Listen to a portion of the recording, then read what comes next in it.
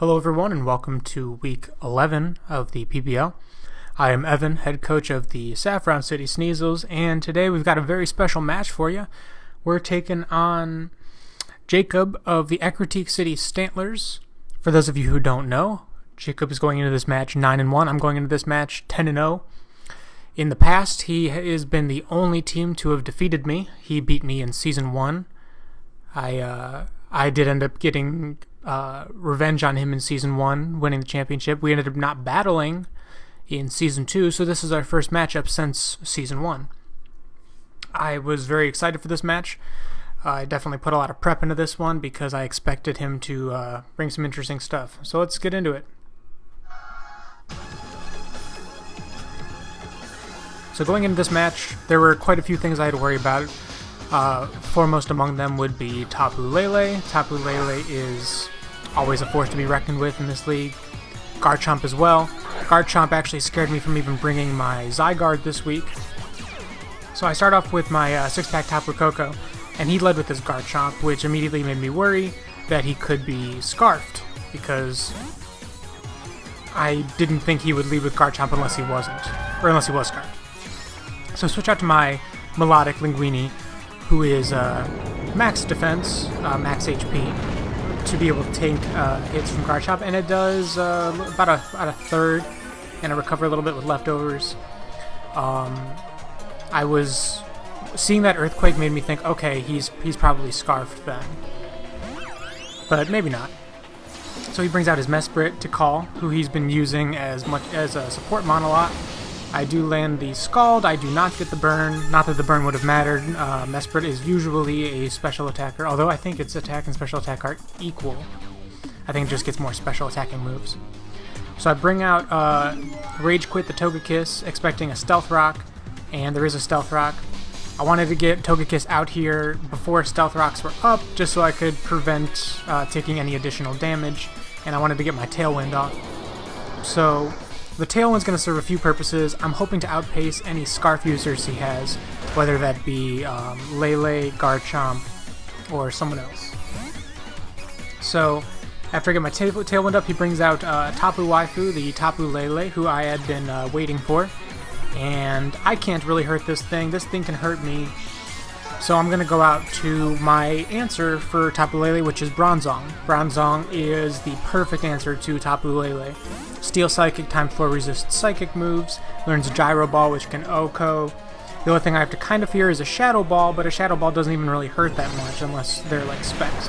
So I take that Psychic, and I was like, oh, that's a lot of damage, and it was a crit, so that actually is a little reassuring for me. I realized, okay, no, I can handle this. This will be okay. So I force the switch, and I figure he's going to go to Bisharp, and he does. And I take this opportunity to get my rocks up. Because rocks, you know, they're always good to get up when you have the chance early in the match. So I throw those guys up, and then I'm going to get out of here fearing a knockoff or something along those lines. I do have the Reflect up, so I could maybe tank one, but it's not worth it for me. I need to save this guy for Lele all game long. I can't make a mistake. So I bring out Betty Crocker, the Rotom Heat. Again, max defense to be able to answer an Iron Head, just in case. But he does go for the knockoff. I lose leftovers, which doesn't bother me too much, because I'm going to be running Pain Split. And the Pain Split is going to hit the Mesprit here. I didn't care who I hit because everybody on his team was basically at full HP. So I figured just sap something up. And I do that. I go back up to about above half, bring this thing down below half, and I'm going to get out of here with a Volt Switch. I wasn't really sure what he was going to go for. I figured he'd just go for like an attacking move because he got his rocks up. I was a little worried that he might have Light Screen or Reflect because he ran that last week. So I bring out the Koko, get my Electric Terrain up, hoping that I can tank anything and then just get the quick KO. The Psychic does a little bit more than I expected, but I'm fine because I know I'll be faster. And I just go for the U-turn. I figure if I get the KO, that's cool. If he switches, I got turn advantage. So the Mesprit goes down, and I gotta bring somebody out. I bring out the Melodic, because the Melodic has the most amount of answers on, or the least amount of answers on his team. It's gonna be hard for him to check Melodic. Naturally very special defense heavy, great physical defense investment, I can tank things from Lele, which is important. But I don't necessarily see the point in tanking any hits early on, because I'm not going to be able to take repeated hits. So I go right back out to the Bronzong, because, of course, this is my check. I'm keeping him alive solely for this reason. And I tank the Psychic again. This time it's not going to be a crit. And you're going to see that ×4 resistance, that's actually still a good amount of damage on a Bronzong. So I'm starting to think, okay, this thing might be spexed.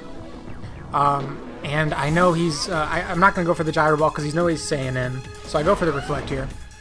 And he goes out to Ilgross instead of Bisharp, which was a little surprising, but it makes sense.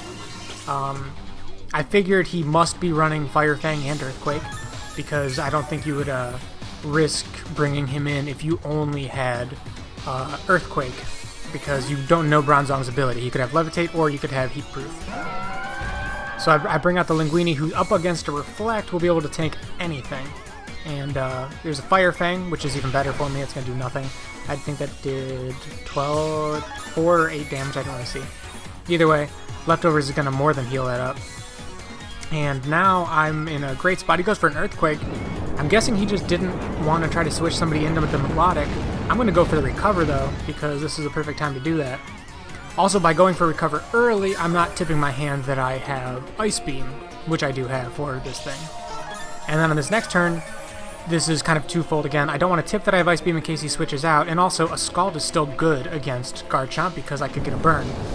So he goes for another Earthquake, probably thinking that I don't have Ice Beam because I didn't immediately go for it. Or maybe he just wanted to wait out the Reflect and not risk anyone else getting burned. So I don't get the burn, and that's fine. You can't rely on 30%. And the Psychic Terrain goes away, which is nice. It is interesting having kind of a terrain versus terrain matchup. He goes for another EQ, and I think now I do go for the Ice Beam, because he's chosen to stay in. I've got my HP where I want it, and I'm going to take this chance to do as much damage as I can. And it doesn't KO, which tells me that this guy, he's got something going on special defense-wise, and I figure it's Assault Vested. I do find out after the match that it is Assault Vested. The Reflect goes away, so this Earthquake's going to hurt a little bit more than the other ones. And I do Recover because I believe it did a little bit less than half, so it's a net gain for me, but it's very close. The Leftovers are really putting it over the edge. And I just want to make sure that I'm healthy as healthy as possible for when I take an Earthquake and then answer with an Ice Beam or a Scald, because then he's going to get a free switch, so ideally I'd like to beat around half or more.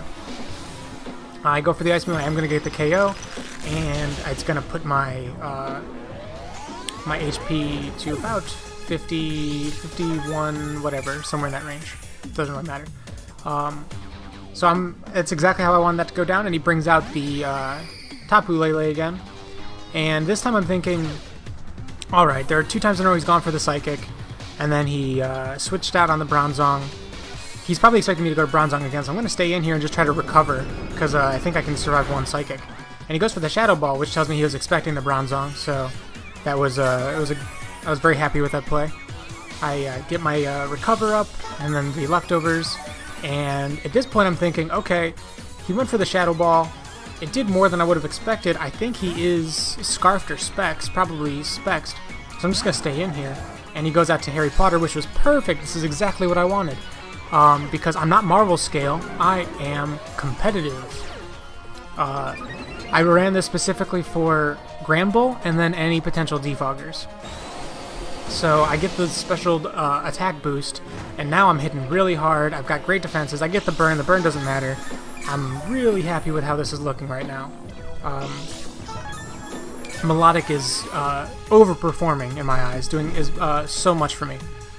The burn negates the Leftovers, which is irrelevant, and then I go for the Scald just to pick up the KO. And yeah, I'm thrilled with how Melodic's performing. And now I'm at +2 special attack, almost full HP, and I'm really happy with where I am. He brings out the Tapu Waifu, and I know he's going to go for the Psychic because he needs to take care of this threat. I could switch out, but I want the damage, so I'm just going to go for the damage. The Psychic does a lot, and if those Leftovers and all that recovery wasn't happening, I would totally have been gone. I go for the Scald. I don't get the burn. This time the burn would have been nice because I think that would have finished him off. But that's fine. I chunked him down. And I'm going to just let Linguini fall. You did your job. And I was very happy with this little al dente fishy thing. So now I've got my free switch. And I bring out the BMO. I could have brought out Coco, but because I was pretty sure he was Specs, but there's still this hesitation that what if he's just high rolling and he's scarfed? So I go for the BMO, force the switch, bring out the Bisharp, and I'm going to use this opportunity to get another Reflect up. Because if he stayed in for some reason, that's easy Reflect, and if he goes out to the Bisharp, I don't want to get hit with like a really effective Pursuit or something, and I want to set up my team for the last push. I bring out the BMO, and I go out to Heracross, Beetle Boy, who can tank all these dark moves all day, and an Iron Head does over half, but the Reflect is going to negate that.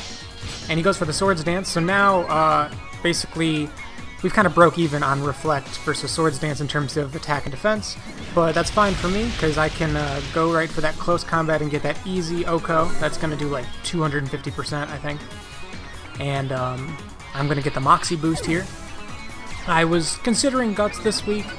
Guts is a great ability, but his team, I didn't think he'd be bringing too many status users. The only one I had considered was Gourgeist, and I decided I had plenty of other answers for Gourgeist, so I didn't need to run Moxie, or I didn't need to run Guts. He goes out to the Tornadus, and I'm going to get the switch because I am locked into close combat because of a Choice Scarf. He goes for the Heat Wave, does a decent amount of damage, maybe about a quarter. Leftovers definitely matter, as I'm going to recover and hopefully be able to survive another Heat Wave, because I want to use this opportunity to Tailwind. I am not certain that my Coco can outspeed, because once again I have to fear the Scarf. So I'm going to get the Tailwind up to ensure that if Togekiss falls, I will still be able to kill this thing. But with my double speed, I am going to outspeed, so I'm just going to stay in and get these air slashes, maybe get a flinch, because, you know, 60% is pretty good. And I do get the flinch, so now I just have to hope I don't miss my 95% accurate move, and I'm going to be able to cruise to this victory. The air slash does land, KOing the Tornadus, and then Lele is going to fall to Bronzong Stealth Rocks. Overall, this was a great game for me. I was very pleased with the way I played. Good game to Jacob. He's always a threat and somebody you gotta take seriously. I definitely put a lot of work into this week, and I hope to battle him again in the finals. I would love to keep this rivalry going. Alright, that's been everything for this week. Thank you guys for watching, and stay tuned to watch the end of this race to make the playoffs. Alright, bye.